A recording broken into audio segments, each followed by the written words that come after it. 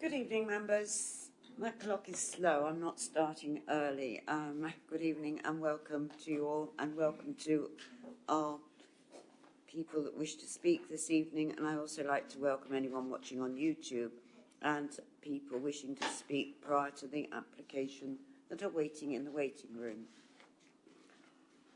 Item 1, apologies for absence. I have apologies for absence from Councillor Abbott. He has no substitute appointed. Councillor Wrench, he's substituted by Councillor Mrs Wilson, and Councillor Bowers, who is being substituted by Councillor Andrew Hensman. I think everyone else is here. Thank you. Item 2, declarations of interest. Does any member wish to declare the existence and nature of any disclosable pecuniary interest, other pecuniary interest or non-pecuniary interest relating to items on the agenda having regard to the Code of Conduct for members? Wow, I don't think that's ever happened before. Item 3, minutes. I have the minutes of the 22nd of March before me. Is it your wish that I sign them as a true record? If so, can someone... Move as a correct record, Chairman. Thank you. Do I find a seconder? Thank you, Councillor Mrs Spray. All those in favour, I sign them as a true record. Thank you.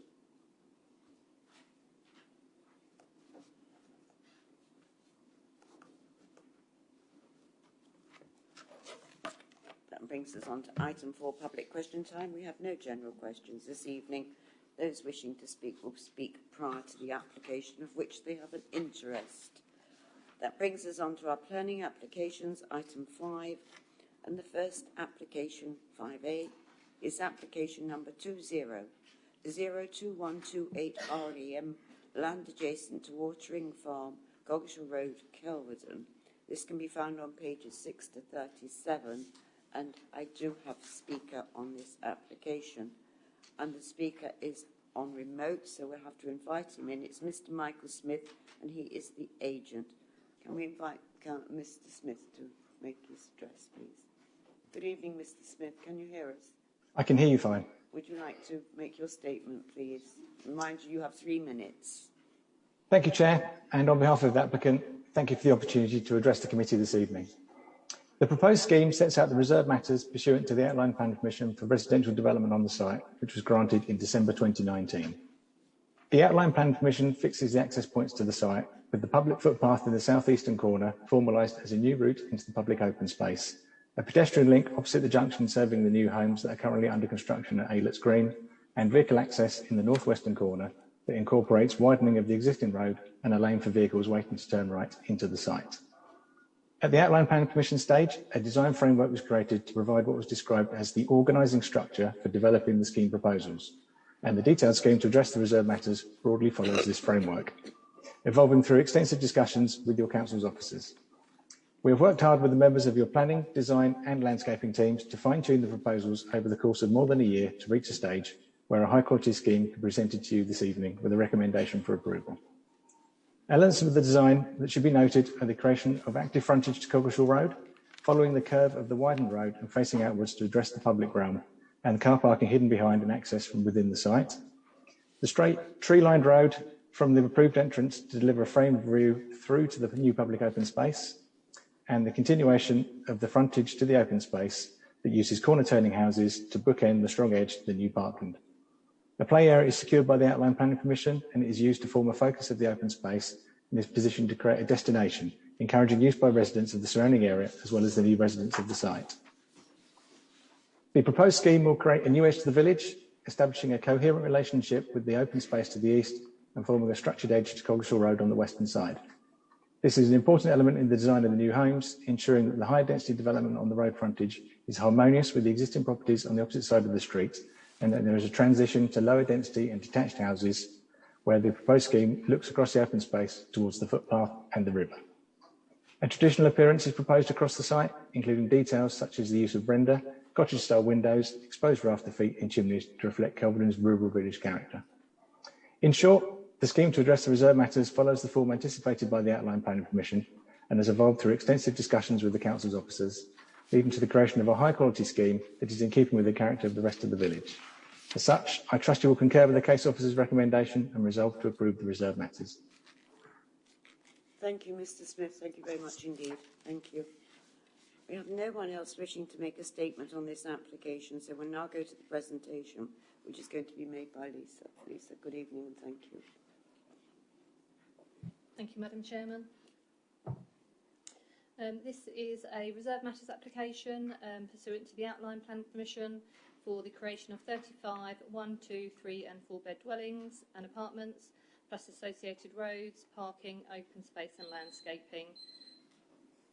And the site is land adjacent to Watering Farm, Coggeshall Road. Here we can see an aerial photograph here, so the site is edged in red. You can see that the site backs onto the commercial units to the north. Coggeshall Road lies to the west and to the south, and dwellings to the other side of Coggeshall Road there. Backing onto the site are 2 cottages, so watering cottages here that we can see here. And a public footpath runs through the site that you'll see a bit later on. Here, as discussed there by the public speaker, is the site that's being built out for residential purposes.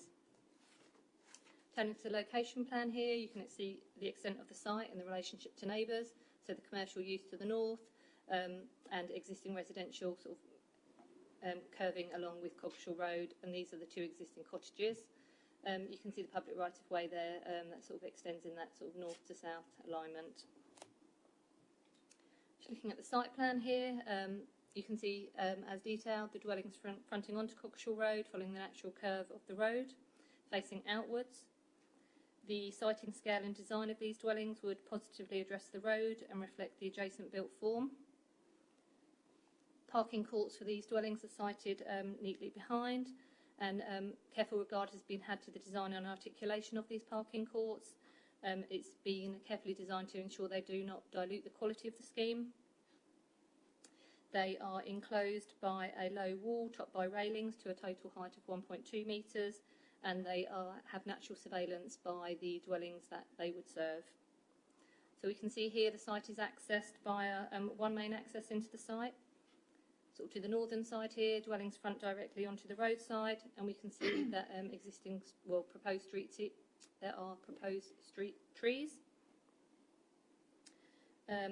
Off this road, you've then got a shared surface road that provides a slightly different character of dwellings. There's a further parking court located here, and that would serve the dwellings that also front onto Coggeshall Road. To the east side of the development is a lower density of detached dwellings that face onto the public open space, and this reflects sort of the edge of the settlement and that sort of more dispersed character. We can see the provision of open space here to the east of the site, and the siting of the play equipment is also here. The purple line here marks the location of the footpath that crosses the site, and this is proposed to be left on its current alignment, but as part of the proposed scheme is the creation of a widened footpath, so there'll be an extra 2 metre wide footpath proposed within the application site. Also on this plan here, marked by the blue dashed line, is the flood zone 2, and we can see that all of the dwellings are actually located outside of that. And probably just a point to pause here in terms of just sort of picking up on sort of flooding and drainage points. That has been sort of a matter of discussion and sort of concerns really regarding surface water flooding from third parties. Just sort of really noting that these were concerns that were also raised at the time of the outline permission. And on that outline permission, it was demonstrated that surface water runoff from the site can be controlled and discharged in a controlled manner. That does not increase flood risk elsewhere. So the local lead flood authority for SUDS were content that the outline application was acceptable and appropriate conditions were imposed, and the local lead flood authority remain content with the application for reserve matters and raise no objections. So just picking up on that is the SUDS attenuation basin, which is located where my cursor is. Looking now at the provision of affordable housing, 14 units are provided as affordable. So here we can see the yellow is affordable rent and the pink is for shared ownership. The affordable housing is detached, semi-detached and terraced, as you can see, and it provides 2 1-beds, 8 2-beds and 4 3-bed units. The Council's Housing Enabling Officer has reviewed the application and is content with the tenure mix. Just turning to some street scenes here. This is the elevation that fronts out onto Coggleshall Road, so sort of the main public viewpoint that you will see, one of the main public viewpoints you will see there. So just a point to clarify here is that all the dwellings are two-storey in scale. So I think within the committee report we'd indicated that there were 2 bungalows, but that was incorrect, and it's these 2 here. So you can see that they are two-storey, which follows the height of all the other dwellings across the site. So here you can see how this follows this curve along Coggleshall Road and reflects the dwellings that are opposite. Street scene B is sort of the dwellings that look out onto the open space. So again, you can see it's the much lower density detached dwellings fronting out onto that space. Street scene here C is the northern elevation of that internal road. So here's the parking court I was talking about being quite discreetly sited, and then the row of the dwellings. These 2 gable-ended, weatherboarded, would be the focal point as you sort of, if you were coming up this shared point as a sort of end point to that road. Street scene D then is just the other side of that main road in, and you can see how these 2 gables mark the entrance as you're coming into this shared space. Now, street scene E and F provide a slightly different character area where the materials are fairly similar to provide a different sort of unharmonious character. So street scene E and F here, and you can see the additional parking court. So turning to some elevations, the dwellings include pitched roofs, projecting porches, exposed rafter feet and chimneys, which respect the more traditional building forms seen within Kelvedon and Fearing. In terms of materials, it's a simple palette of materials with 2 facing bricks in red and buff, white cream boarding and render, and roof tiles consist of red tiles and grey slates, and these reflect the locality and are considered to be acceptable. It's a condition on the outline permission secures full details of materials. Just a point to note here is that in terms of the high quality approach to the dwellings, design and materials, that's also reflected in the affordable. So this is one of the affordable units, as is this and this one. So a very similar approach that you wouldn't be able to readily ascertain which are the affordable units there. Garages across the site fairly standard, so a single and double garage there, and just showing you briefly what the approach is to the carports. Now in terms of the landscaping, the strong hedge, which we'll see in some photographs shortly, here along this northern boundary is retained, protected and strengthened. It is probably not necessarily that clear on here, but it is excluded from the rear boundaries for these properties, and it will be maintained by the management company. So the detail scheme shows the curtilage of the homes enclosed by hedges, with the native hedge running around the outside of the site to mark the new edge to Coggleshall Road. Here. Ornamental hedges are added within the site to add colour and interest. Along this northern side, birch trees are to be sited, whereas cherry trees will be the approach and the species for the internal road. For the proposed planting in the public open space, there has been much discussion regarding appropriate species for this area, which of course is within the flood zone. And the planting mix now includes species such as elm, field maple, alder, birch, hawthorn and gean, and the Council's landscape officer is content that this species is acceptable. And we've also just had comments back from the Council's ecology officer, who's also generally supportive of the proposed planting schedule and specification. So just turning to some photographs here. This is a view from Coggleshall Road looking back to the southeast of the corner. So this is where that existing footpath extends. These are the existing 2 watering farm cottages. Another view sort of very similar to where that car was parked looking up. So this is the public footpath that sort of it's sort of running in a northerly direction. And again, still from the same angle, just looking across the site, this is the existing Lyalandi hedgerow that marks the boundary for those existing 2 properties that extend into the sort of adjacent to the site. This is a photograph taken from the northeastern corner, so you're looking west. So these are existing properties outside of the site on Coggleshall Road. These are the northern boundary here, and you've got the commercial units that sit behind it. Again, just another view here, so the northern boundary here on the right-hand side, and just sort of looking really across to sort of the wider site. And And again, just looking back from that northeast corner, just looking back to Coggleshall Road there. This is a photograph taken just to show you really sort of setback of the development from Coggleshall Road. So the frontage dwellings will sit here and have that active outlook onto the road. And again, just another view, sort of looking north up to Coggleshall Road. Sort of you can see the curve of the road and the roadworks changes that have been undertaken. And again, here just a view looking back down into Kelvedon on that approach.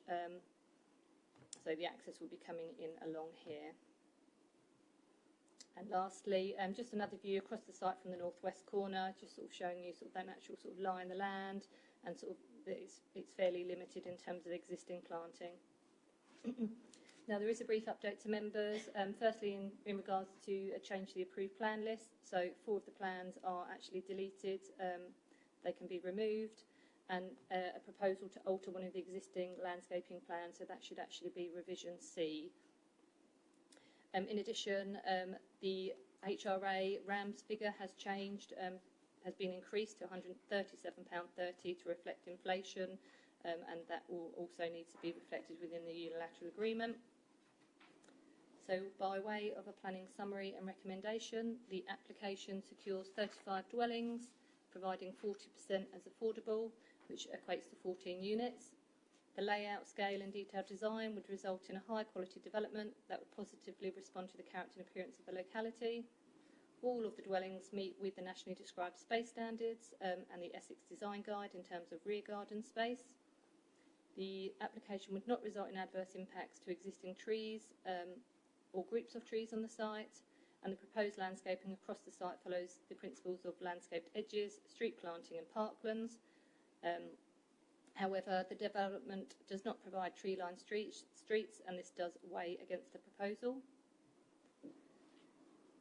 The dwellings are provided with allocated parking in accordance with adopted parking standards, and the unallocated parking spaces are well distributed throughout the site. Electric vehicle charging is shown for all of the dwellings throughout the scheme. Matters in regard to flood risk and drainage are acceptable, and there would be no adverse impact to neighbouring amenity. And therefore, our recommendation to you this evening is that the application, subject to the applicant entering into a legal agreement to cover HRA mitigation for the Ramsar sites and to secure indemnity for the refuse vehicles using the private roads, that planning permission be granted subject to the conditions set out within the report. Thank you. Thank you very much, Lisa. Thank you. Members. Councillor Mann. Thank you, Chairman. This is, I think, a very satisfactory proposal.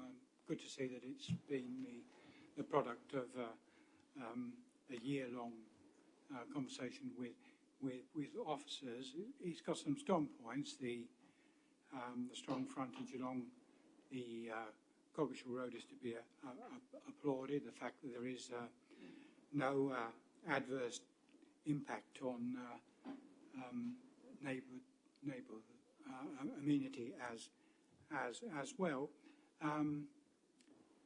Maybe a couple of little niggles, if we're allowed. Again, we've got the possibility of an open space being underwater for periods of time, which we never really like to see, if it possibly can be avoided. And the mix of the market dwellings, I think, is less than optimal, in that there are only, I think, 3 2-beds on offer, and 9, I think 3 and 9, 4 or 5 bed dwellings. It might have been helpful to have a few more 2-bed dwellings. You've answered a potential question of mine about the affordable housing being tenure blind. I still wonder why they're all grouped together, but it's good to know that they are not obviously as it were, affordable housing that will stand out. So, overall, Chairman, quite happy to propose that we accept officer's recommendation. Are you moving that, Councillor? Thank you. Does it find a seconder before I move on? Councillor Mrs. Spray, do you wish to speak? Thank you, Chairman. Yes, just briefly. Agree just about completely with Councillor Mann's comments. I like the designs. I think they're good, good quality.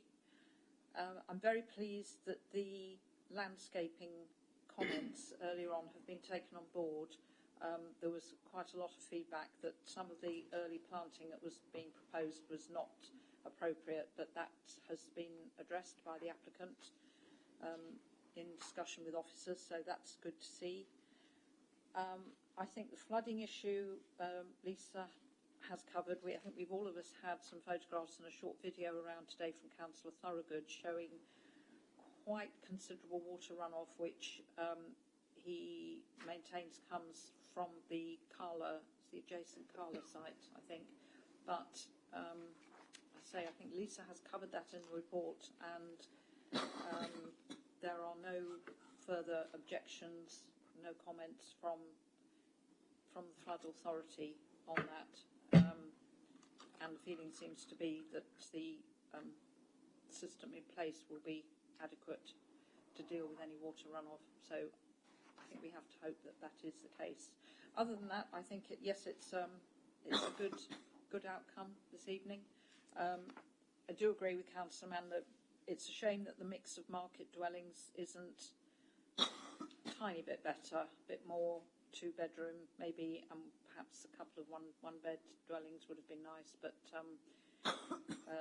we are where we are with that. So yeah, I'm happy to second. Thank you, Chairman. Thank you, Councillor Mrs. Spray. Anyone? Councillor Mrs. Parker. Yes, thank you. I agree with much has been said. I think good design of houses and a good layout. I like the fact that you can see through the site to the open space and the frontage on Coggeshall Road. Just a quick question from me on the parking courts. So I appreciate, because we have that frontage on Coggeshall Road, which I agree with, given the street scene opposite, the parking courts have to go behind the houses. Just as I was looking at the plans, it's a point that's occurred to me in this meeting actually. Just on the curve, the houses that are on the curve, the bend, where are their parking courts and how do they access those parks? Because there was some quite awkward sort of little bits of a garden, it seemed to me. Perhaps you could just explain that to me. Yeah, would it be helpful if I shared that plan again? Yes, please. Yeah. Thank you.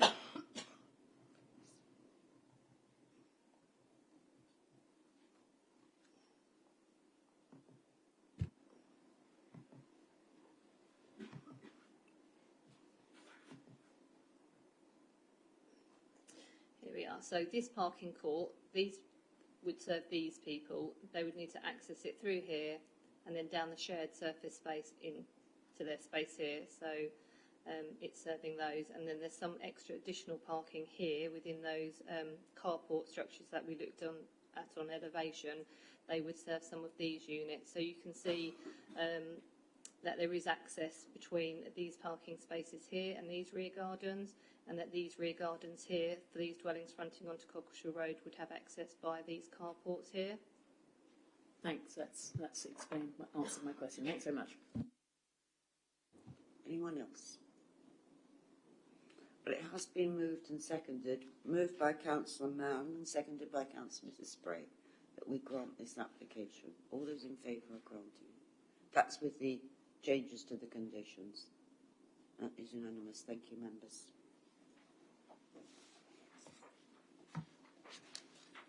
Now brings us on to application 5B, number 21-02718 REM PLC Hanwick Limited, Kings Road, Halstead.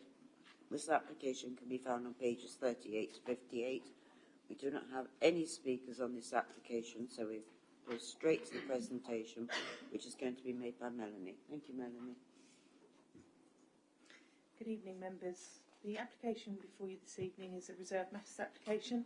in the respect of appearance and landscaping only, and it follows the grant of outline planning permission 19-02304 that was granted in April last year for 4 two-bedroom houses, 5 4 to 5 bedroom houses, 12 flats and 10 commercial units. And the site is at the Hunwick site in Kings Road, Howstead. So the first slide here shows the location plan. I'm sure most of you are aware of the site. It's got roads on 3 sides. So to the north, we've got Factory Lane West. To the east, we've got Parsonage Street and the fire station. And then to the south is Kings Road. And there are small mini roundabouts at this junction point and at this junction point. Moving on to the actual details of the application. So plot 12 is the corner property. So this is the detached property on the corner of Parsonage Street and Kings Road. And these are the associated floor plans for that property. And then running to the north of plot 12, we have plots 13 through to 16, which are 2 pairs of properties. So they do mirror each other in terms of their elevations, and then the same for their floor plans on this next slide. So you can see we've got 2 full floors of accommodation and then some additional space within that roof space. These are plots 8 to 10, which are proposed to front onto Kings Road. And this is the terrace of 4 two-bedroom properties. Moving on to this next slide, you can see they've all got living room and a separate kitchen, and then the 2 bedrooms upstairs and a family bathroom. These are the front and rear elevations for plots 17 through to 28, which is the flat block which sits on the corner of the site and the junction of Factory Lane West and Parsonage Street. These are all 1-bedroom flats, and some of these are provided as the affordable units secured at outline stage. The next 2 slides show the proposed floor plans for the flat. So on the ground floor here, we have the additional space created for storage and bin storage and cycle storage. And when I move on to the next slide, you can just make out there's a roof that sits over that. And then this is the first and second floor. So there's duplication between the first and second floor with the 16 flats within those 2 floors. This plan here shows the proposed landscaping, which is definitely more than what was on the site previously in terms of the buildings and the vast amount of concrete. So you would say there was definitely a net gain across the site. So you can see where there is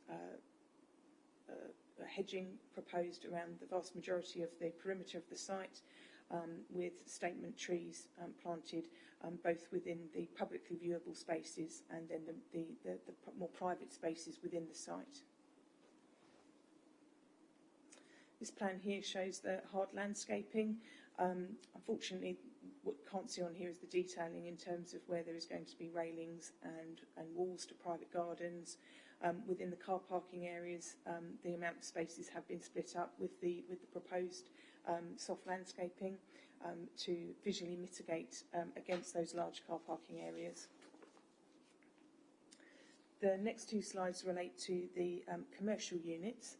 So these are the units that are visible from Factory Lane West. So the commercial units are split into 2 separate buildings, and this is the front and the rear elevations. And then these are the proposed floor plans. So you can see they're all fairly small units, which will hopefully find tenants in due course.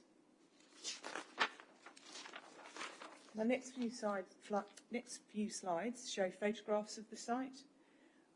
So this photograph here is at the junction of Factory Lane West and Parsonage Street, and you can just make out at the top of the site here, these are some properties that are currently under construction. There's a permission granted a couple of years ago on appeal for 7 dwellings. And then also in the background here you can see existing properties along Kings Road. This next photograph shows the greensward where it fronts onto Parsonage Street, and again more properties in the background along Kings Road. This is looking in the opposite direction, so you can just make out the fire station here to the right hand side, and then this is the junction of Parsonage Street and Kings Road. And now turning to look up Kings Road, and you can just make out the existing properties along Kings Road, along with the new dwellings currently being constructed. So turning to considerations and conclusions, the principle of development has been established, along with site accesses agreed with layout and scale at outline stage. There's no objections from statutory technical consultees, and the appearance and landscaping are considered acceptable by officers. Officers consider that the scheme represents well-designed proposals, and the recommendation is to grant planning permission with a number of conditions. Happy to answer any questions. Thank you, Melanie. Thank you very much indeed. Councillor Monday. Okay, cool. Thank you, Melanie, for presentation. Very, very good. So from my point of view, I can't see anything wrong with this development. It provides a good mix of affordable housing, I think. Welcome the job opportunities for the commercial parts to the development. As you said, there's no statutory bodies that have any objection to the development. Appearance, especially the properties lining Kings Road, are in keeping with other properties further down Kings Road, in keeping with street scene, and it'll be good to see it developed. So from my point of view, I have no issues with this, and I'm happy to move officer's recommendation for approval. Thank you, Councillor Monday. Does it find a second? Does Councillor Richard, do you wish to speak? Briefly, please, Madam Chairman. Thank you. Yeah, I can remember being quite excited about this being brought through around this time last year, having lived most of my life in Housestead up until the age of 23. I used to walk past this site to primary school and secondary school, so I'm quite familiar with it. I think this is quite a natty little package project in that area of Housestead, and I actually think the benefits that it will bring to that particular area are going to be quite welcome for the residents of Housestead. It gives opportunities for first-time buyers.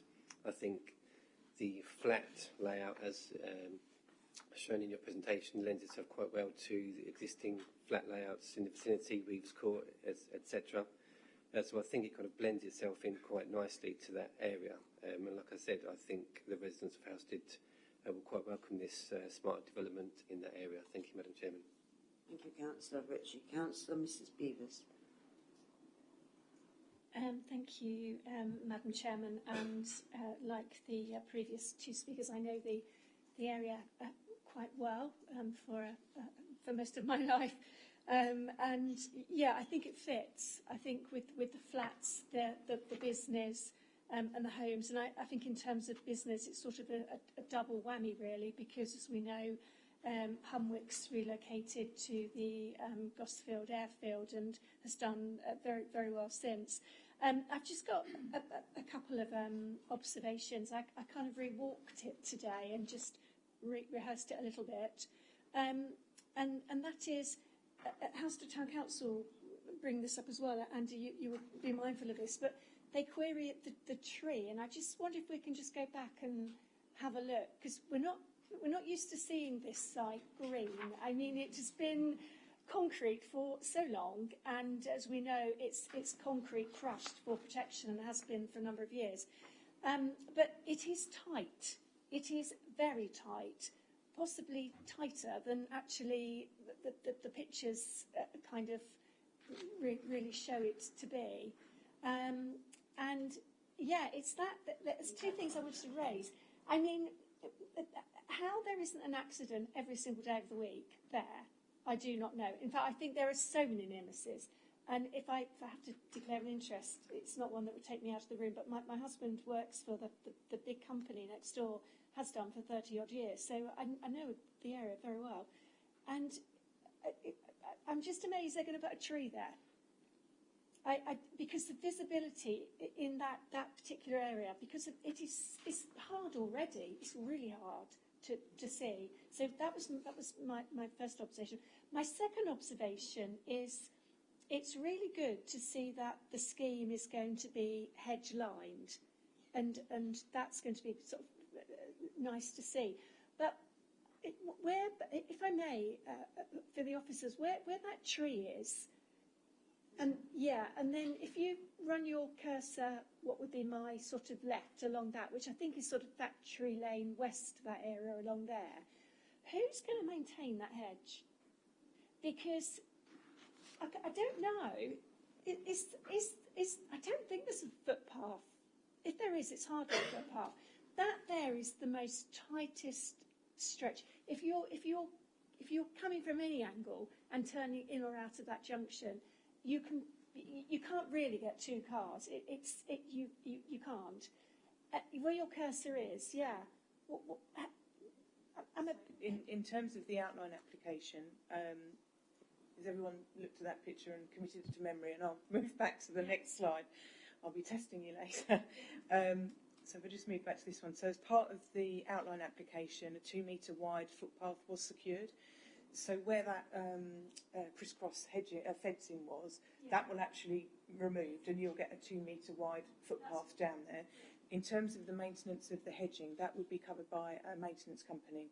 So as part of the outline application, one of the requirements in the legal agreement was a management company arrangement to take on the management, not just of the hedge, but of the kind of publicly accessible areas. So often when you have a flatted development, you would have a management company that not only looks after the building and the shared walkways and inside the building, but they'll also then look after the grassed areas outside. And that hedgerow that runs around the front of the building would be covered by the maintenance that the management company would do. So it wouldn't be left just to an individual in terms of just one flat owner having to, like the ground floor flats. It wouldn't be their requirement to. It wouldn't be their responsibility to cut and maintain that. It would be covered by requirements within a management plan. Are you finished? Thank you, Madam Chairman. That's really helpful. I think in terms of the tree, considering this is sort of landscaping, and that's the only, I guess, the only thing. But I just think, why not put a tree there when we all struggle already? Is my observation. I'm not happy with the tree. Thank you. I know outline stage, so Highways would have considered this application because there are 2 access points proposed. So you've got one on Kings Road and one round on Factory Lane West. So they would have been looking at the impact of those new access points. At the time, the detailed landscape plans wouldn't have been available at that outline stage. So all Highways would have been looking at is kind of a block plan to show where everything is, but that finer detail of the landscaping wouldn't have been shown at that earlier stage. Because there were no proposed changes to that mini roundabout, not to put words in their mouth, but that wouldn't be something that they would be looking at because there weren't going to be any changes to that access or that junction arrangements. They would have been purely looking at the new accesses that are proposed on either side of the site, to the south and the north. In terms of the at this stage with the REM application, because the accesses were already fixed first time round in that first stage, there wouldn't have been a requirement to consult Highways at this stage because of that proposed tree. I'm not sure where we stand. Have you come across that before, Tim? Yeah, if I may, Madam Chairman. I mean, I suppose if members are minded to, we could ask for that tree to be removed. We could put a condition on removing it if you're uneasy about it. Was there any consultation at all to ECC Highways? No. There wouldn't have been a requirement because the access had already been established first time round. I mean, I think the thinking behind having the tree there was because the building is set round a curve, and it was just to create some form of visual interest to kind of add back to the street scene. Whether that's going to be an issue, I'm not really sure where we stand. I mean, Tim's suggestion is that we could. Yeah, Madam Chair, my suggestion would be if members are uneasy about it, probably the safest thing to do is simply put a condition on removing that specific tree, and then we know that there's no particular visibility issue posed by it. Yeah, that would be my suggestion. Thank you very much. That's right. I've got Councillor Swear next. Thank you. Thank you, Madam Chairman. Madam Chairman, I think this overall design and mix is to be commended, especially with the flats. And I think due consideration has been given to bin and cycle storage, which is great. But also, I think the landscaping actually is really good with the hedges and trees, because as we all know, prior to this, it was treeless and hedgeless. And I think the opportunity now to incorporate not only residential but commercial with a new landscaping plan will enhance this part of Halstead considerably. And I'm going to support this. Thank you. Thank you.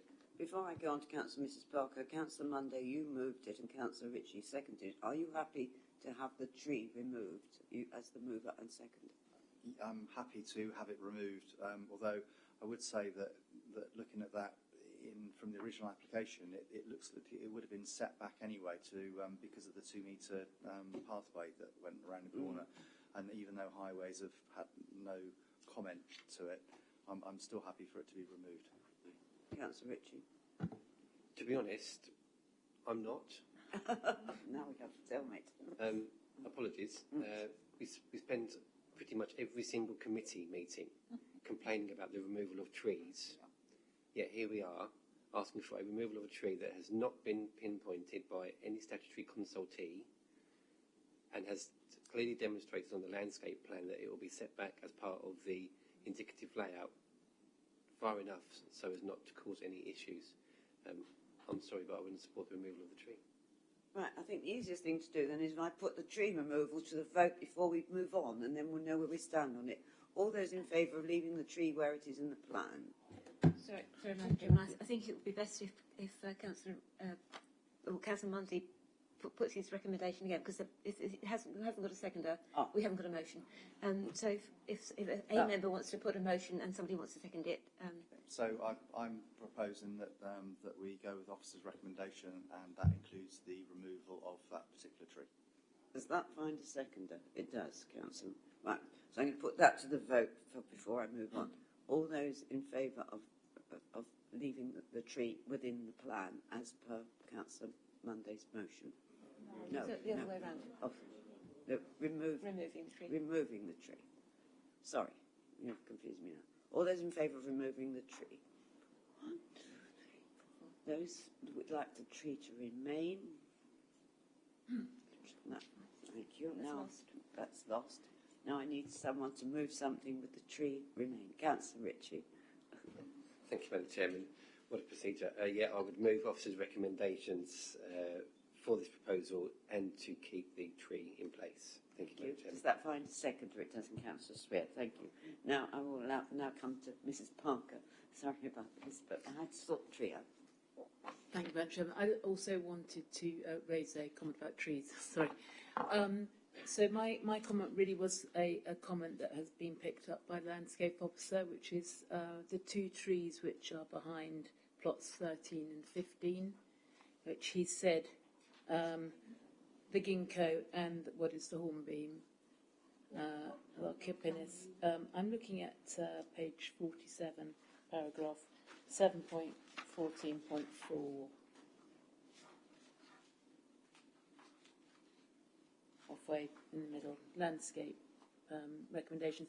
So his view was that there are still potential issues regarding the amount of space allocated for those 2 trees, and they are both will end up being big trees, and they're obviously to the west. They're going to cause shading in people's gardens, and I think he's right. I think that in 10 years' time there'll be pressure, or 10, 15 years' time people will be wanting to cut them down. So I would like to have some kind of condition which would allow the applicant to talk to the landscape officer again to come up with a better species of tree in those 2 locations, a smaller tree. I was going to make the point about the tree on the corner that it possibly might also affect the amenity of the people living in those flats if there's a big tree right in front of their window. But I think probably time has might have lost that opportunity. The landscape officer goes on to say that ongoing management, as stipulated with the S106 agreement, can mitigate these problems. He's saying it could be mitigated. He's not saying that it's impossible. Yes, Madam Chairman, I did actually go back to look at the full letter from the landscape officer, and he still did say, he basically said it'd be better if you chose a different species of tree, but it can be mitigated by management. But I think it would be better to choose a different tree, and still have a tree there in both those occasions, but different species of tree that wouldn't require pressure, wouldn't require lopping or whatever's going to be done to it, and cause problems down the line. Would officers like to come back on this one as well, please? Thank you, Councillor Parker. Yes, just in discussion with Tim, we could suggest a condition that requires, notwithstanding the details shown on the landscape plan, because it is pulled through as one of the approved documents for the within the report. We could ask for specific details of the trees to be planted in that area, and if our landscape officer isn't happy with what's proposed in terms of their eventual size, in terms of how big they're going to grow, and in terms of the impact, then there would be an option then to alter the species so that it is a more people-friendly variety. So yeah, that's something we could suggest in terms of a condition to be added to the ones that are already suggested. I'll be happy with that, Madam Chairman. As the mover and seconder, would you be happy with that? I'll be happy with that. Okay. Councillor Swear. Thank you. Does anyone wish to add anything further? Well, it has been moved and seconded that we grant this application.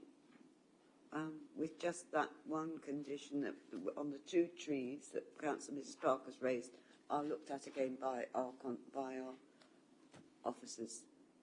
All those in favour? Thank you very much. That is unanimous. Thank you, members. So it makes a nice change to be arguing over keeping trees rather than destroying them. That now brings us to the next application, 5C. Application number 210321 REM, Towerlands, Panfield Road, Braintree. This can be found on pages 59 to 98. And once again, we have to invite Mr. Smith to rejoin us. Are you there, Mr. Smith? You are. Can you hear us? I can hear you fine, Chair. Can you hear me? Thank you. Yes, very well. Marvellous. We can hear you very well. Would you like to make your statement on this application, please? Thank you. Thank you. The detailed scheme for the first phase of residential development follows on from the committee's approval of the ecological mitigation area at your meeting 2 weeks ago, and is the next in the line of submissions to address the reserve matters attached to the outline plan of permission for the redevelopment of the site that will be presented to the committee over the next few years. The focus of the outline plan of permission is the creation of up to 575 new homes, together with supporting infrastructure that includes an early years and childcare nursery, small-scale retail uses, a community centre, new parkland, and the ecological management area, which was approved 2 weeks ago. The scheme presented to you this evening focuses on the first group of new homes, but also includes the open space and landscaping around the eastern and southern sides of the site, the creation of the village green, and the delivery of the spine road from the Panfield Lane entrance. These elements of the structure of the overall scheme are important and create the setting for the new homes, as well as ensuring that the delivery of the community facilities is secured in parallel to the construction of the new homes. The proposed scheme is designed in compliance with the parameter plans and the design code that form part of the outline plan permission. The design code places a focus on the creation of a sense of place and establishing a distinct character for the new homes, using the road hierarchy to offer different forms for the public realm. In all cases, a perimeter block is created and the houses are placed close to the edge of the street with regular spacing so that they create a rhythm and a distinct form to enclose the streets, displaying variation in the appearance as required by the 4 character areas defined by the design code. Phase 1 includes streets that are part of Parkland Edge North, Parkland Edge South, the Avenue and the lanes. Traditional building forms and materials are proposed, including pitch roofs, projecting porches, combinations of brickwork, boarding and render, and elements of detailing and variation in fenestration. The result is a set of new homes constructed to the latest standards that reflect the traditional Essex vernacular within a scheme which comprises a mixture of predominantly detached and semi-detached houses. In short, the scheme to address the reserve matters for the first residential phase of the site will begin the delivery of a new neighbourhood that follows the approved design code to create a high-quality, aspirational, beautiful place where tomorrow's families can thrive happily and safely. As such, I trust you will concur with the case officer's recommendation and resolve to approve the reserve matters for the first phase of the new homes at the former Towerland Centre.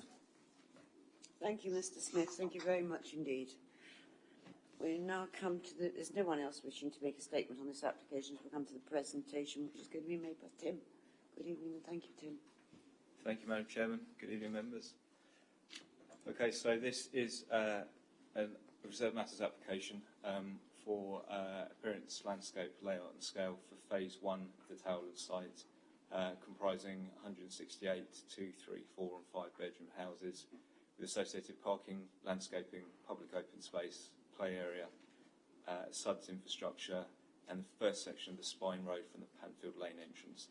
And it's pursuant to the outline planning application which was granted last year for the widest Towerland site for up to 575 homes.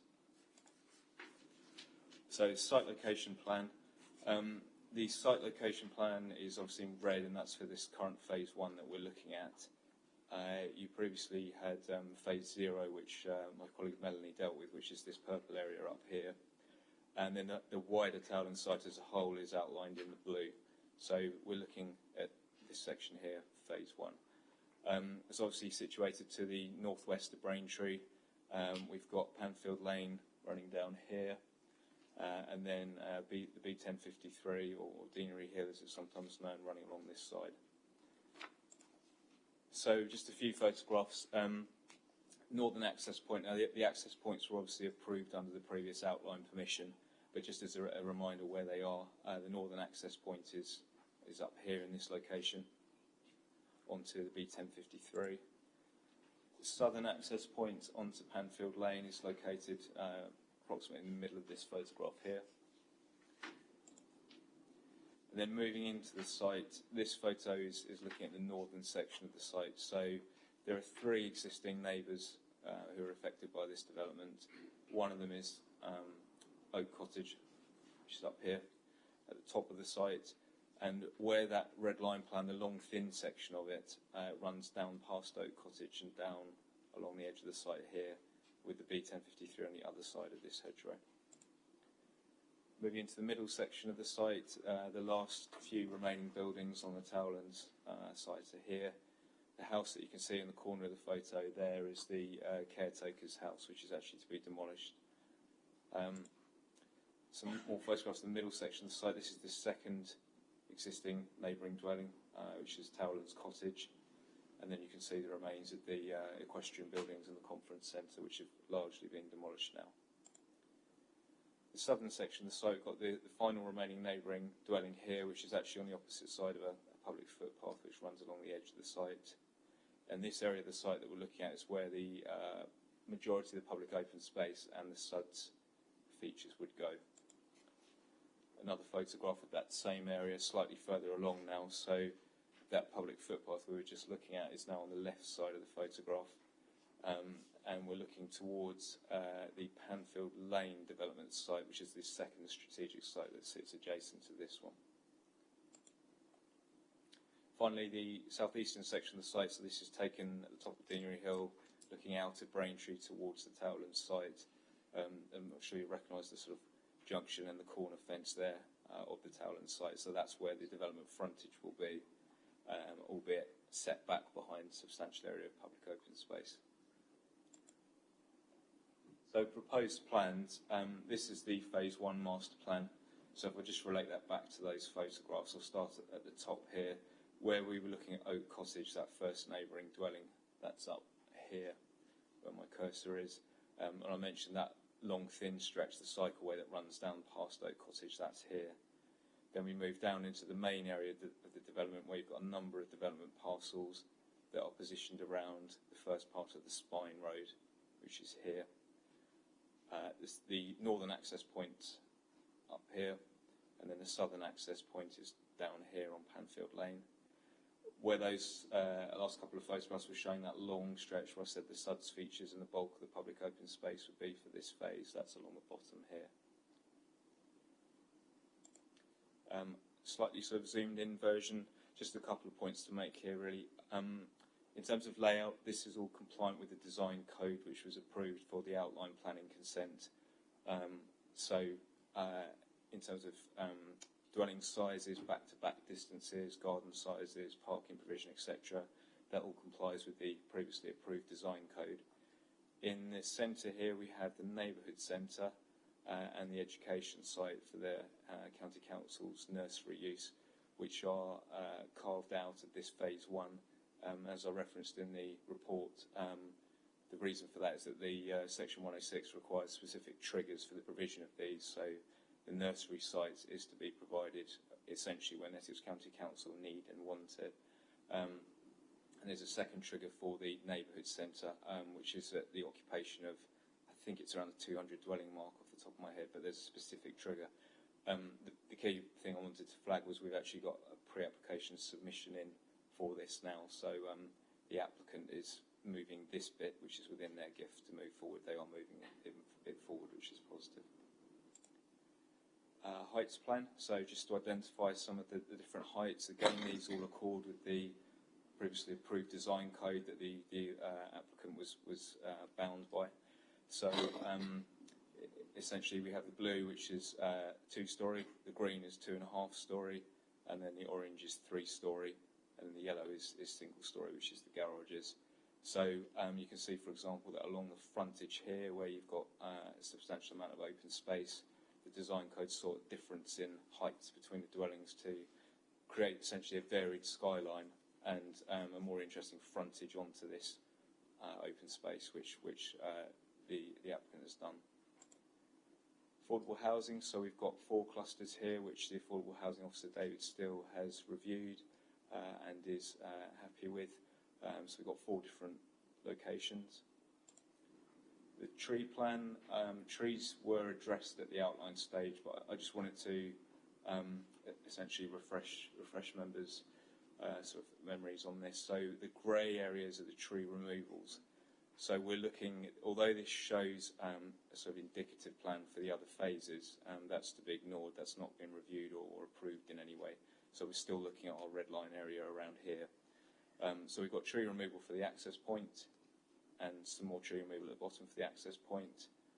We've got tree removal where we've got the SUDS features and where the trees sit on the approved development parcels, which are set out on the parameter plans. Where it's not necessary to remove the trees and there's the ability to retain trees, particularly down along the open space area, they are retained. So house types. This is this applicant's first application in the district. They were keen to make a positive impression, and we did put them through the mill, it's fair to say, in terms of pushing for the highest possible quality, and they did respond particularly well to that. So this is a scheme where our urban designer has had a lot of input into the tweaks and adjustments to these houses, so I'll just run through a selection of house types. Again, these all accord with the design code that was approved at the outline stage, so it essentially formed an instruction manual for this site, which the developer was required to follow, and which they did follow. You can see again the varied heights that we've got, different types of designs for different character areas, which is one of the critical things on a site of this size, is getting those different character areas established. And then some CGIs just to bring those drawings to life a bit. So I think there's 6 of these I just wanted to take you through. So this is the Parkland Edge South, which is the bit with the SUDS features and the bulk of the open space at the bottom end of the site. 3 photos of this area, so that there are those 3-storey dwellings, and you can see how you've got some variation here. It's not all identical dwellings, that there is a difference in the skyline, a difference in the design and the character. Same here looking the other way, and again you can see the impact that the taller dwellings have just in creating that break in the skyline. And then moving into the site, we've got just an example of the Spine Road. This design code was tree-lined streets. Pre the MPPF amendments required tree-lined streets, but it did do it for the bulk of the site, and you can see, for example, along the Spine Road where that's been achieved and the effect that that's had. And then Parkland Edge North, this is the bit facing out towards the B1053 or Deanery Hill, so you've got the children's play area, and then behind here is one of the sort of SUDS features areas, which is why the fence is there. And then finally the lanes, which is one of the more sort of intimate areas, different character, different kind of feel, slightly more contemporary styling in the dwellings, and again all bound by the design code. And again you can see how trees have been incorporated into the design features. So a couple of updates for members. ECC SUDS have now confirmed their formal no objection. The Health and Safety Executive I chased again yesterday and had an informal response back saying it will be a no objection, but I haven't had the formal letter back yet. So the officer recommendation is subject to receiving that formal no objection from the Health and Safety Executive, which we're expecting them to provide very shortly. So in summary, this is one of the Council's strategic housing sites, so this wasn't a speculative scheme at the outline stage, and obviously it isn't at the reserve matters stage. Reserve matters accords with the outline planning permission, the parameter plans and the detailed design code. In our view, officer view, it's a high quality proposal, and we do think that the applicant has responded in great detail to our concerns, has gone to a lot of effort to respond to all the issues that we've raised over quite a prolonged period with them. The house types are well designed, the layout is well designed and reflects the design code. Neighbour concerns have been responded to, and you'll see there's that additional condition that I've put in relation to Oak Cottage, which is just to allow a bit more time for the occupants of Oak Cottage to liaise directly with the developer and secure a planting scheme which they're happy with. And again, I think that's a positive that this developer's been willing to do that and hasn't tried to sort of railroad this through. No objections from any technical consultees other than the HSC, where we haven't got an objection, but we're just waiting for the formal no objection. And on that basis, the officer recommendation is for approval. Thank you, Madam Chair. Thank you very much, Tim. Thank you, Tim. Councillor Mann. Thank you, Chairman. It seems years ago that I first talked with Tim about the site. In fact, it was years ago. And I paid tribute to his hard work over that period of time. And it's good to know that we are pushing the developer as hard as we can in regard to design, because we obviously want the best on this site that we can get. This is not a speculative site. It's been through the local plan process. It's in part on previously developed land. It's a part brownfield site as well, and it will bring some significant community facilities in time, given the high numbers of houses entailed. Phase one, about a third of the Towlands houses. I think what we've got before us is acceptable. Nobody likes a concentration of new housing on their patch, but this is as we've said, a well-designed and something that actually has been through the democratic process, and we can, I think, applaud that. So, a tiny point, I wouldn't call it the village green, because it's not a village. If you call it Towlands Green, we'll all know what you're talking about, as the plan is built out. So I said that nobody likes a large concentration of housing appearing near to them, but you note that there are only, in fact, 10 objections, 10 letters of objections, which is a remarkably low number, and I think one of those is from Panfield Parish Council, who somehow wanted to get themselves involved in something which is a blocking application.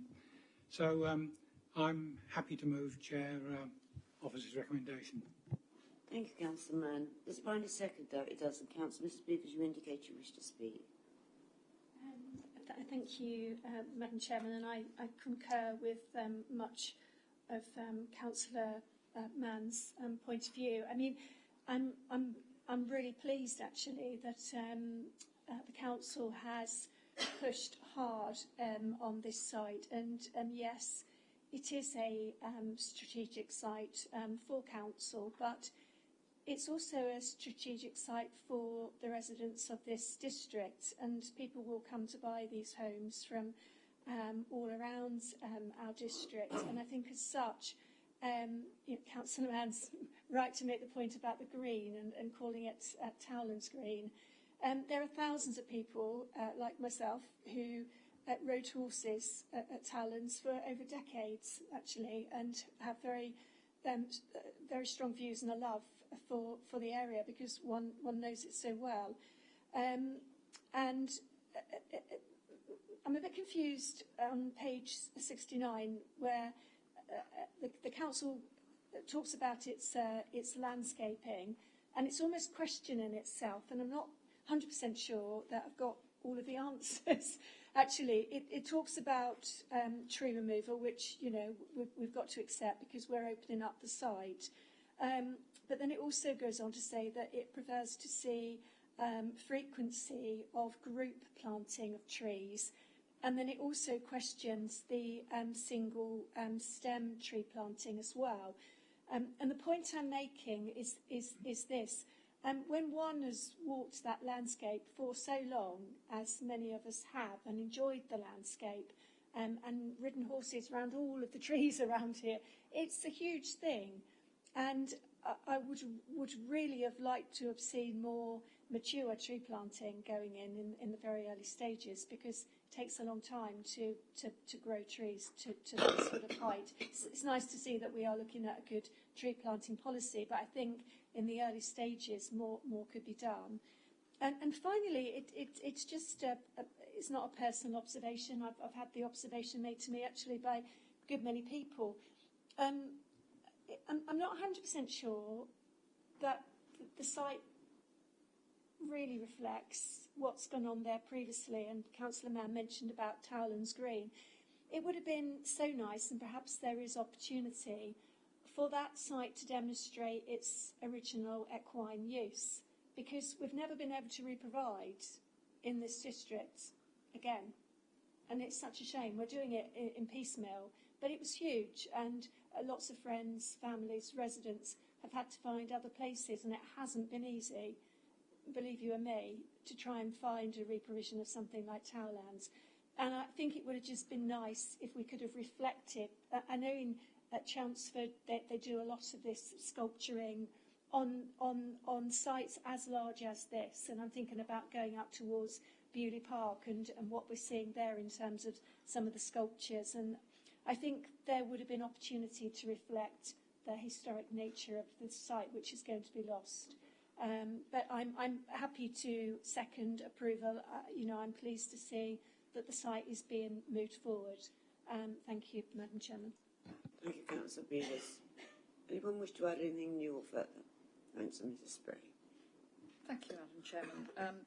Yes, I'm absolutely delighted to see this getting going. I think I'm right in saying, but I could be wrong, and Tim will no doubt correct me if I am, that at an appeal not too long ago, an inspector, when he or she was debating our 5-year supply and what sites had been approved and what, I had a feeling that an inspector expressed some doubt about this one actually getting going. Am I right?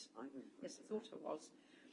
Well, anyway, jolly good, because here we are looking at hopefully approving the first 168. And I do think it looks really good from the, from the pictures we've seen, CGI. I do think the quality looks excellent. I appreciate Councillor Beavis's comments about landscape. I mean, it is a very difficult site because it was previously a golf course. It's got trees and landscaping dotted all around, which have got to be removed in order to accommodate the housing. But I do also note that there's a note here that the applicant did respond to each of those comments on the landscaping and has addressed the points concerned.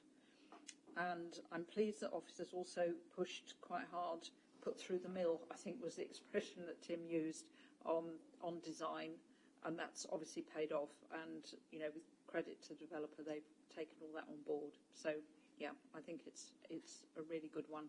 Thank you, Chairman. Thank you, Councillor Mrs. Bray. Councillor Mrs. Parker. Yes, so thank you. I just want to reiterate really what everyone else said about the high quality of the design and the layout. So I'm pleased to see that yet again this district council is requiring high levels of good quality design. It's going to be, I think, a very attractive place to live.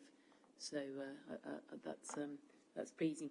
The only I do quite like Councillor Buse's comment about some reference somehow to the historic use of this particular towerlands. I don't know whether in future phases there can be some public art or something like that. I think it would actually give it some identity as well, possibly. So I don't know if that's possible.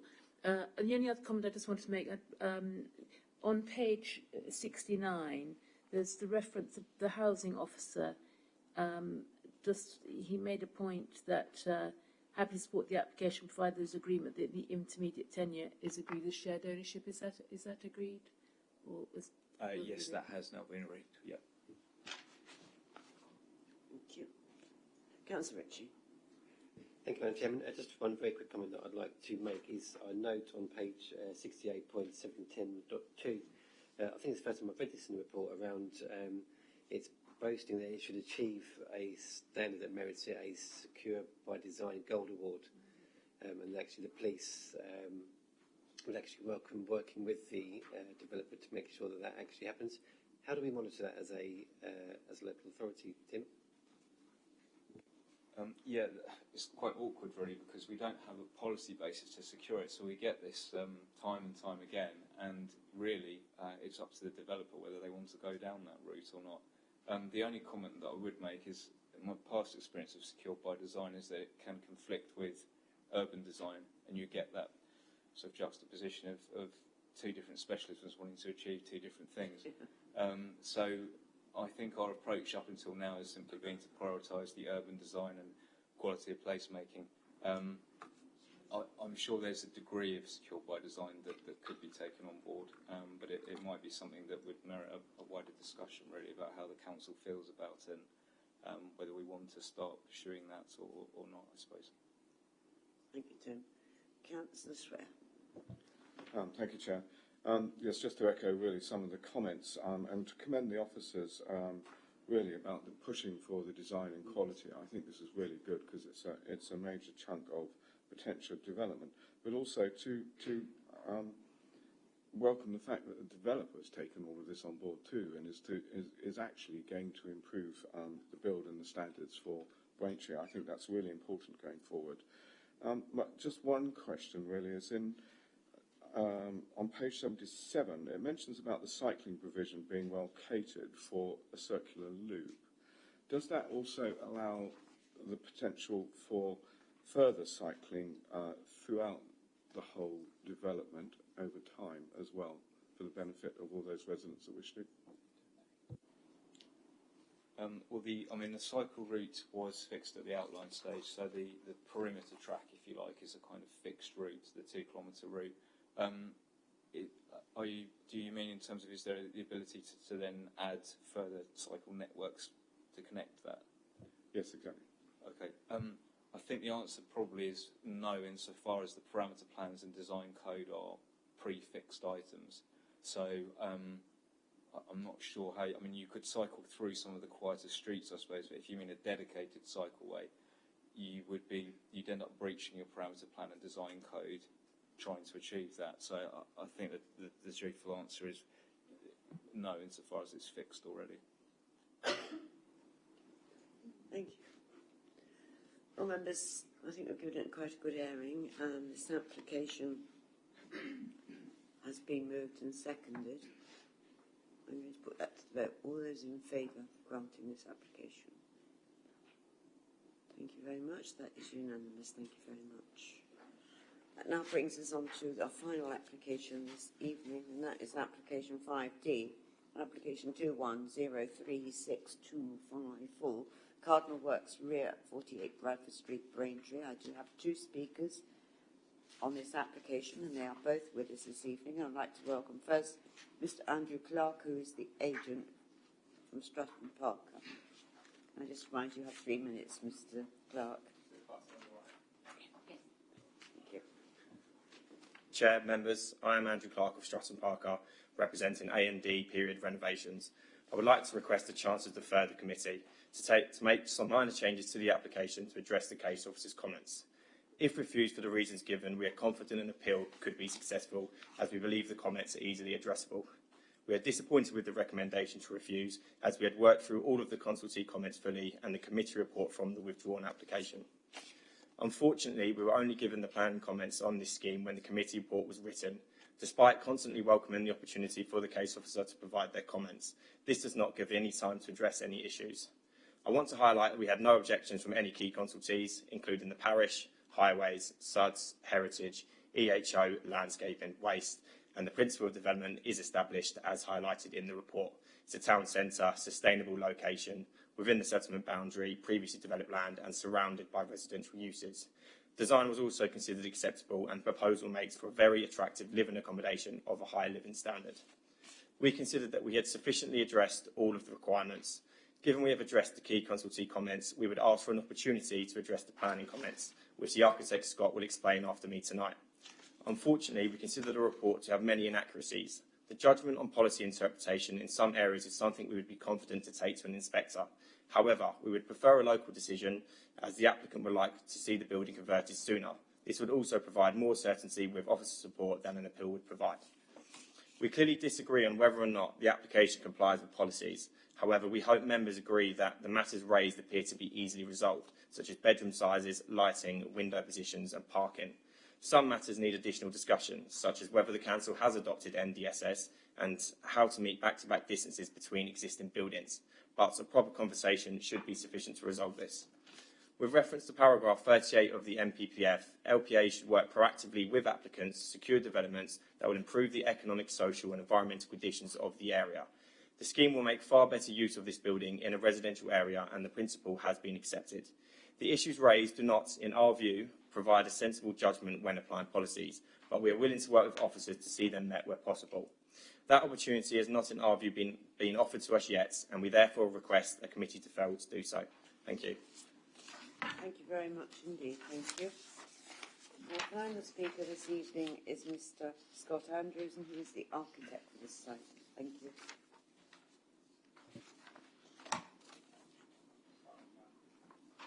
Could you put the microphone? Just press the button on the right, the one on the right. Thank you. Thank you for the opportunity to speak this evening. You will hear from the planning officer several reasons for refusal, which collectively make it appear as a flawed scheme which could not accommodate any residential units. However, small adjustments can alleviate these concerns without material change. We were only made aware of these concerns when the committee report was received, and have not had the opportunity to make adjustments or negotiate ahead of this meeting. The recommendation for refusal amounts to an impression of overdevelopment. However, all units proposed except plot 9 utilise only the existing floor space in the buildings and have been designed to comply with the NDSS, contrary to opposing comments. Plot 9 involves the conversion of some existing roof space where we felt a unique flat could be built. However, for ease, this can be omitted, which adds surplus amenity and parking. This could have been done already if concerns were raised sooner. The development is, for the most part, one-bedroom, one-person units. A small adjustment to reduce the floor areas of the bedrooms to 7.5 square metres would align with the NDSS and remove concerns about them being used by 2 people. I'm not convinced this is the correct approach to the NDSS, but it's a simple amendment to make and addresses the concerns. The report has raised concerns about the dressing rooms provided on some plots being used as additional bedrooms. These would need to be accessed through another bedroom, so it's completely illogical. I've not seen any application with a dressing room for any development being interpreted in the same way. So rather than amend the scheme, I'd ask members to review the plans to see if this is a reasonable fear or not. I suggest that it is not. Concerns are also raised with regards to perceived overlooking from high-level roof windows on Building 2. The drawings clearly show the windows are small and at 2 metres above floor level are intended solely for natural light and ventilation. There's no outlook or loss of privacy from any of these windows towards neighbouring properties. This is not a legitimate reason for refusal, and I ask members to scrutinise this before deciding tonight.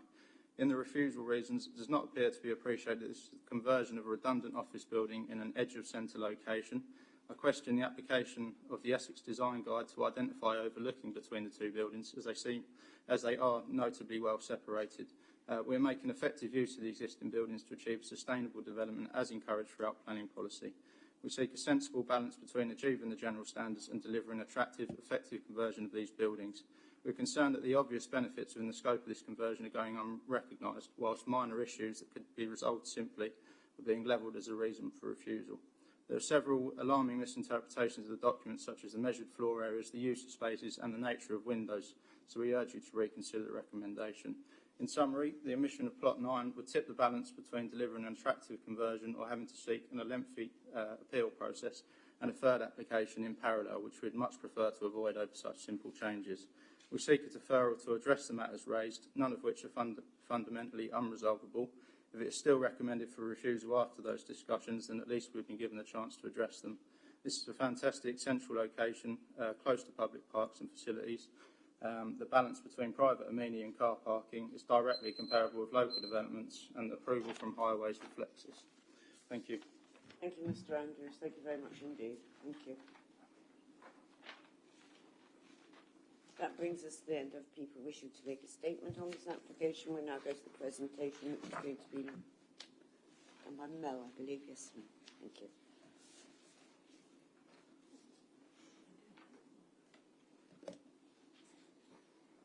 Good evening, members. The application before you this evening is seeking full planning permission for the conversion of 2 office buildings to 11 one-bedroom flats and 2 two-bedroom flats with associated car parking, amenity space and covered cycle storage. The site is known as Cardinal Works and it lies to the rear of 46 Bradford Street in Braintree. This first slide shows the location of the site. So this is Bradford Street running north to south, and the access actually sits between 46 and 44. It's a fairly narrow access that then runs down to an electronic gate and then into the site. This is labelled as Building 1 when we get through onto the the site layout plans, and then the smaller building, which backs onto properties in Rivermead, is known as Building 2. So the next plan just is a zoomed in version of that, the block plan, so we can see the layout of the site a little bit clearer. So we've got the 2 buildings that run on the east and the western side elevations of the site. We've got properties to the north here within Phillips Chase. We've got the back gardens that run on from properties in Rivermead, and then we've got a large variety of listed buildings that run along Bradford Street, and then at the back of the former public house here are the properties known as Kingswood Close, and there are 2 properties very close to the back of Building 2, number 4 and number 5. Sorry, Building 1. So this next plan shows the proposed site layout. So we can make out the grey areas, which are the building footprints, and then the plan shows that there are 13 car parking spaces proposed, and then small areas of amenity space are spaced out across the site. We've got some private areas here next to the access. There's a small private area here and the same here, and then there are larger areas that then would be shared by other occupiers that don't have access to the private areas. In the centre of the site, where there is a drop in levels, which I will show you a photograph of that later on, just so you can appreciate that, there is a cycle store and a bin store located on either side of that central access. Moving on, this shows the ground floor plans for both buildings. So on this side we have 4 one-bedroom flats and a central staircase corridor area. And then in the smaller building there are 2 two-bedroom properties. On the first floor in the larger building, again we have 4 one-bedroom flats proposed. And then on the top floor of building 2, there are 2 one-bedroom properties. 2 one-bedroom flats proposed here. And then just moving to the second floor, there's the one flat proposed within the roof space of the larger building, which is known as flat 9. So the next few slides show proposed elevations. So I shall take them in turn. This elevation here is viewed from the south, and so this is the side of building 1. You'll see some photographs. It already has this existing glass. It's not an extension, it was there when it was built, but it's where the central staircase lies. And then this is the proposed elevation for building 2, and this is one of the windows that we were concerned about and is mentioned within the committee report. These elevation here, this is the rear of building 1, so that the larger building, and so these were the windows and the openings that we were concerned about in relation to the properties in Kingswood Close. So this is an internal elevation within the site, so this wouldn't be viewable from Bradford Street, and so this is the proposed elevation for building 1. And this is the rear elevation of building 2, and it's these roof lights that we have concerns about, in particular with their relationship with the gardens in Rivermead. This is the elevations from the other side, so from the north. So again, this is one of the windows that we were concerned about in terms of its relationship with the neighbouring properties. This is building 1. And then this is an internal elevation, again, from within the site of building 2, and these are the dormer windows that are proposed, these 2 here. Turning to photographs of the site, this top one here is I'm standing at the access into the site where there is an electronic gate looking up towards Bradford Street, and you can just make out one of the neighbouring properties on the opposite side of Bradford Street. The photograph at the bottom here is looking in the opposite direction. This is the side of building 1, and then you can make out building 2 in the background. These photographs show the space between building 2 and the properties in Kingswood Close. So this is number 5 Kingswood Close, and then this is the gap around at the back of building 1, and then this is the side elevation of number 5 Kingswood Close. These 2 photographs show the existing appearance of building 2, so you can just make out that's where the 2 proposed dormer windows would be, and you can just make out from this photograph that, I don't know if you can see, there's a skip down here, and that sits on lower ground to this first portion of the site. As I say, I have got some more photographs that do show that change in levels. So these 2 photographs here show the existing building 1. So we've got the glass extension which contains the main staircase, and then on this one here we're looking back up to that to the entrance. You can just make out properties in Bradford Street, and you can just make out the electronic gate there as well. Moving on, some more photographs of building 1. And in this space here, this is where it's proposed to be both a small area of private garden for the flats on the ground floor, and then also an area of open space that's shared between some of the occupiers as well. These photographs here show the second half of Building 2, and you can make out in the background here and a closer shot in this photograph here. These are the backs of the properties in Rivermead, and they, on the block plan previously, you'd be able to see that they don't have particularly deep gardens at this point and are quite close to the back of Building 2. This photograph here, this was the one I was referring to earlier. So this is the skip that I was pointing out, and this is then the ramp that runs up through the centre of the site. So you can see that there is a change in levels. And this dark photograph here shows the gap between the back of Building 2 and... oh, sorry. Oh, that caught me out. So this brick wall here is the back of Building 2, and this fence with the Leylandi is the boundary at the back of the gardens that serve the properties in Rivermead. So I just wanted to advise members, because there was much said in the public speaking section, that this application did come in cold, without the benefit of any pre-application engagement following the previous withdrawal of the earlier application from last summer. And as members will be aware, there is limited time to do a huge amount of negotiation once an application comes in.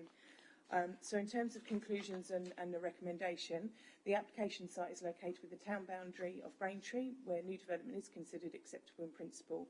However, proposals would result in a substandard level of internal and external amenity space. The proposals would lead to an unacceptable level of overlooking and disturbance to existing neighbouring properties, and also fails to provide a policy-compliant level of off-street car parking, likely to result in the displacement of vehicles onto nearby streets. So the officer's recommendation for this application is for a refusal. Happy to answer any questions, members. Thank you, Melanie. Councillor Mann. I'm surprised that Stratton Parker didn't get any objection from the parish council, because this is an unparished area, together with the rest of Bocking. But you got certainly quite a lot of reaction from local residents. However, I see this as far too an ambitious scheme for this site. You're, I think, trying to do too much. It's clearly overdevelopment, and you may care to test that at appeal.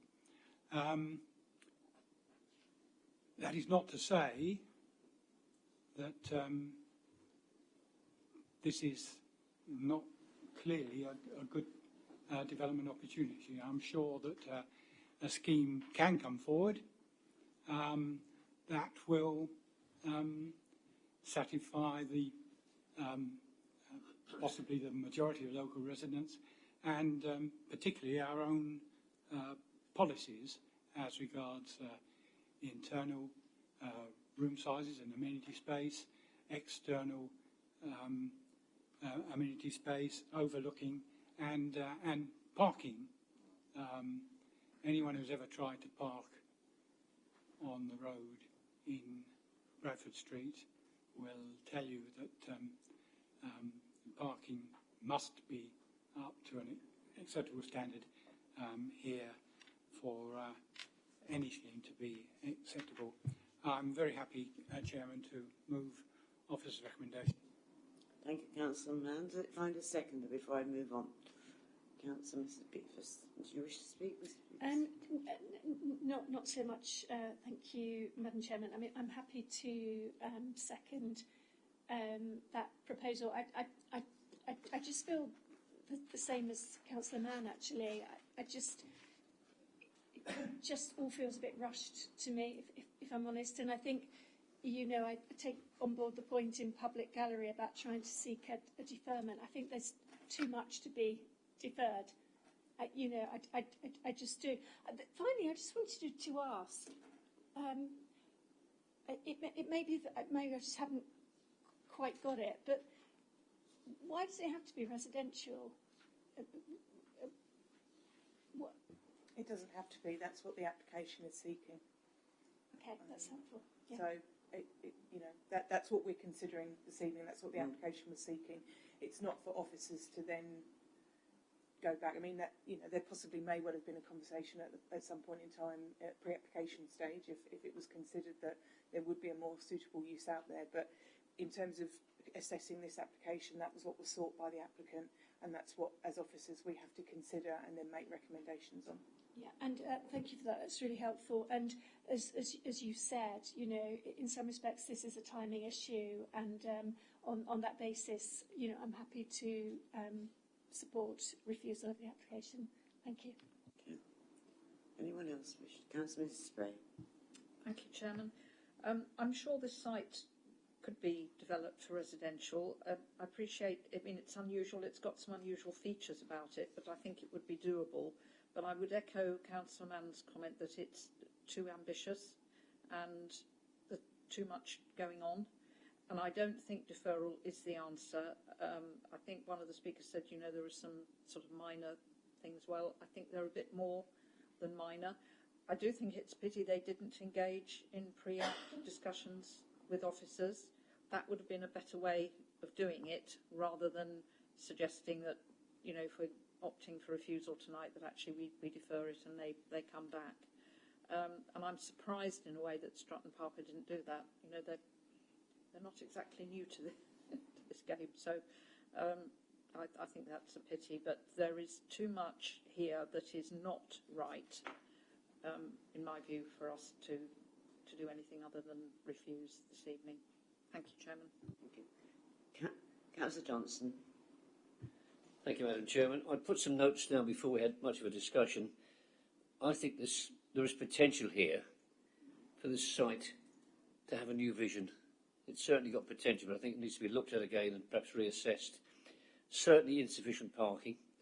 And those of us that know the area, I don't think it's very likely that you're going to find any parking outside at all. There's never any parking in the area or the streets around there. The entire site, to me, appears cramped, and someone overlooking seems possible and possibly inevitable. I don't like it at all. Thank you. Thank you. Councillor Mrs. Parker. Yes, the thing that I did like about the aims of the scheme was to provide some one-bed flats, which I had a quick look on Zoopla this afternoon and discovered there are only 4 one-bedroom flats in Old Braintree to rent. So I do think we have a need for small first-time properties for first-time buyers, and it's most people when they start out in the one-bed flat. I do take the points that have been made about amenity and so on, but I think it's just difficult when you're trying to convert an existing building. If you were building a brand new residential block, like some of the one-bed flats you've got, you obviously wouldn't put it right next to an existing building with a gap of 2 feet or whatever away. So it's going to always be difficult to provide the normal standards of particularly outlook, I think, and possibly overlooking between the 2 buildings. So I do accept, that maybe some leeway has to be given. The comments about the nationally described space standards and the one-bed flat. Does one always have to assume there are going to be 2 people living in a one-bed flat? When I lived in my one-bed flat, my first starting house, I was living there on my own.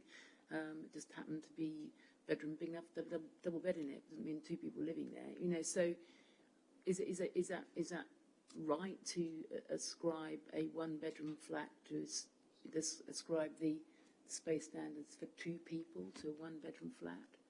I think the issues that I've come up against this one, and then assessing other sites as well, is that when a bedroom is large enough to accommodate a double bed, then we have to take that as being that it's got the potential to have a 2-person occupancy, and we would be in a very tricky situation if we were to try and put on some form of planning condition to kind of restrict occupation. That just wouldn't pass the test in terms of being enforceable. So I think, you know, we were talking about this earlier actually, if a bedroom has the capacity for fitting in a double bed, then we have to take the view that it does then have that potential to have a two-person occupancy. And so we then have to look at that, you know, move down the scale in terms of looking at those floor areas for a, you know, one-bedroom, two-person occupancy property. Okay, I just do you mind if I come back, Cheryl, just on that? I mean, I take your view, but I mean, you know, adults are not going to be sleeping in single beds, I'm afraid, you know. So, and they will be sleeping on their, you know, they will be quite often living on their own. So I just think it's a bit unrealistic in lots of ways to think of it in those terms. But having said that, I do think this scheme needs. I think there probably is something that can be done, as others have said, to the site. It probably needs quite a lot of discussion with officers. It's a shame that didn't take place at the beginning, but I think probably further discussions on this probably after perhaps a new application comes forward. Thank you. Thank you, Councillor. Mrs. Parker. Councillor Swear. Thank you, Madam Chair. Madam Chair, I'd just like to concur with the comments that Councillor Parker is making about, you know, single persons and that opportunity in Braintree, which is considered a sustainable location. Could I just ask, just clarify with officers, is there a need, and I realise it's in the Essex Design Guide, but is there an opportunity to do a variation on the need for car parking spaces? Because we are talking urban, we are talking about being able to walk to all the facilities with public transport, and the rail station is only, 15 minutes away? There's the opportunity to cycle and everything else. Is there an opportunity there, following Councillor Parker's comments about one-bed flats, but not enforcing a car park situation? You wish to respond to? Thank you, Madam Chair. I'll just respond on that. I mean, with the parking standards, there are maximum standards for residential, so there's always, on every site, the opportunity to use discretion. So then it comes down to planning judgment. And I think the officer judgment on this one was given, I suppose, local knowledge and undertaking that balancing act of, yes, it's relatively close to the station, but it's very difficult to find a parking space. I think the officer's feeling was that this wasn't one where we thought it was appropriate to move away. But it is possible. Yes, it's always possible. Well, members, it has... Oh, sorry, Councillor Hensman. Sorry. Thank you, Madam Chairman. I was just going to come in on the back of Councillor Mann, as in the Taynor Parish Council that's been on existence since 1934. Whether there's an argument for recreating it, probably not. But we don't get consulted in the same way as the Tier 3 authority. But for me, it's the heritage of Bradford Street. It's the entrance in there, and there's a pinch point. And I'm thinking refuse trucks and fire trucks and so on, especially if something's trying to come out and something else is very quickly trying to get back in again. And I concur with other colleagues in that the site does have potential, and I would have said, rather than coming in cold, take the officer's advice and go and get pre-planning on your parallel. It's your prerogative that you can go to appeal or you can run a parallel application, but I would hope that work with the officers, give them more time, we get a better feel for it, even and also looking at the old application that was withdrawn last year that had 14, this has gone down to 13. Well, it's still over ambitious in my opinion, but in the sense that if they could offer, although it's below the 15 threshold of requiring affordable homes or the affordable rents and so on, that could be offered, which could be an olive branch to the area, because let's face it, we need properties like that for people in this area to be able to afford to rent or buy, which is way out of their league at the moment. Thank you, Madam Chairman. Thank you, Councillor Hensman. Well, members, I come back to my comment that it has been moved and seconded that we refuse this application. I'm going to put that to the vote. All those in favour of refusal? That is unanimous. Thank you, members. Members, that brings us to the end of our planning meeting this evening. I'll close the meeting at 2 minutes to 9. Thank you very much.